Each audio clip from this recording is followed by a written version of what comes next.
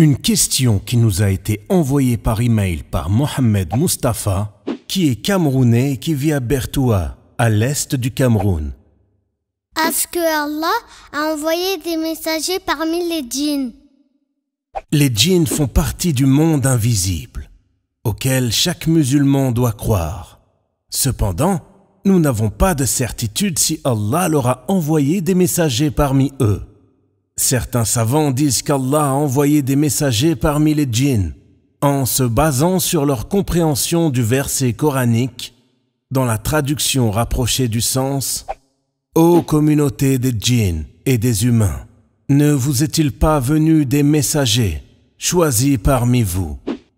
Ceci dit, l'expression « parmi vous » peut s'appliquer du point de vue linguistique sur les humains seulement. La grande majorité des savants est d'avis qu'il n'y a pas eu de messagers parmi les djinns et que tous les messagers étaient des humains, ce qui est l'avis le plus probant. Ces savants utilisent des versets dont la signification paraît plus concluante. Parmi ces versets, nous en citerons deux, incha'Allah, dans la traduction rapprochée du sens. Nous avons assurément envoyé Nuh et Ibrahim, et nous avons accordé à leur descendance la prophétie et le livre. Et le verset suivant, avant toi, c'est-à-dire le prophète Mohammed, sallallahu alayhi wa sallam, nous n'avons envoyé personne d'autre que les hommes, faisant partie de la population à qui nous avons fait des révélations. Par contre, les djinns doivent, au même titre que les êtres humains, croire que Mohammed, sallallahu alayhi wa sallam, est le messager d'Allah, qui a été envoyé à la fois aux humains et aux djinns. Car même s'il n'existe pas de messagers parmi les djinns, il existe des avertisseurs, qui apprennent l'islam des humains, y compris des messagers, et ensuite partent informer leur peuple.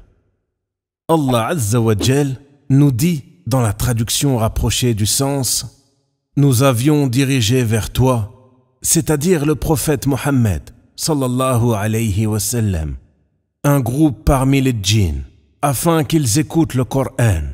Lorsqu'ils sont arrivés près de lui, ils ont dit, « Taisez-vous, écoutez, puisque lorsqu'elle, c'est-à-dire la lecture du Coran, s'est terminée, ils sont retournés vers leur peuple en tant qu'avertisseurs. » Comme nous l'avons précisé au début de la réponse, les djinns font partie du monde invisible, auquel chaque musulman doit croire, en se basant sur les versets coraniques et les hadiths prophétiques.